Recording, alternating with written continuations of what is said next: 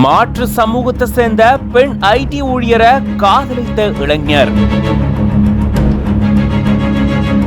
இரு வீட்டார் சம்மதத்தோட திருமண ஏற்பாடு செய்யப்பட்டிருந்த நிலையில மணமகன் மாயமானது பெரும் அதிர்ச்சியை ஏற்படுத்தியிருக்கு. மாயமான மணமகன் மீண்டும் வந்து காவலர்கள் முன்னிலையில திருமணம் நடந்திருக்கு. கருத்து வேறுபாடால இப்படி ஒரு குழப்பம் ஏற்பட்டதா மணமகள் விளக்கம் அளிச்சிருக்காங்க.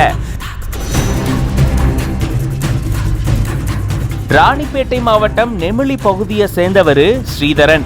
இவரு பெங்களூர்ல ஐடி நிறுவனத்துல வேலை செஞ்சுட்டு வராரு. அதே ஐடி நிறுவனத்துல கும்பகோணம் பகுதியை சேர்ந்த அனுஷியா அப்படின்றவங்களும் பணியாற்றிட்டு வராங்க. இவங்க ரெண்டு பேரும் மாற்று சமூகத்தை சேர்ந்தவங்க அப்படின்னு சொல்லப்படக்கூடிய நிலையில ரெண்டு பேருமே காதலிச்சுட்டு வந்ததா கூறப்படுது.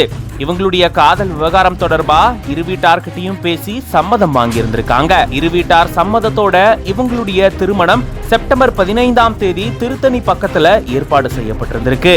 ஆனா திருமண நாள் அன்னைக்கு காலையில மணமகன் மாயமானதா கூறப்படுது. இதை தொடர்ந்து பெண் தரப்புல திருத்தணி காவல் நிலையத்துல புகார் அளிக்கப்பட்டிருந்திருக்கு.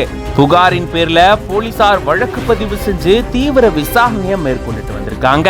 மாற்று சமூகத்தை சேர்ந்தவங்க அப்படின்றதுனால போலீசார் மணமகன் வீட்டுல தீவிர விசாரணையும் மேற்கொண்டிருந்திருக்காங்க. இந்த நிலையில தான் மணமகன் மீண்டும் வர மாவட்ட காவல் கண்காணிப்பாளர் அலுவலகம் பக்கத்துல அம்மன் கோயில்ல இரு வீட்டார், நெருங்கிய உறவினர்கள் மற்றும் மணமகன் தரப்பு வழக்கறிஞர்கள் முன்னிலையில இவங்களுடைய திருமணம் நடந்து முடிஞ்சிருக்கு. அதை தொடர்ந்து திருவள்ளூர் அனைத்து மகளிர் காவல் நிலையத்துக்கு இவங்க அனுப்பி வைக்கப்பட்டிருந்திருக்காங்க. அங்க இரு வீட்டார்கிட்டையும் சமாதான பேச்சுவார்த்தை மேற்கொள்ளப்பட்டிருக்கு. இந்த சூழல்ல தான் கல்யாணத்து அன்னைக்கு தனக்கும் தன்னுடைய கணவருக்கும் கருத்து வேறுபாடு ஏற்பட்டதாலதா மணமகன் இப்படி மாயமாகிட்டதா மணமகளே சொல்லியிருந்திருக்காங்க.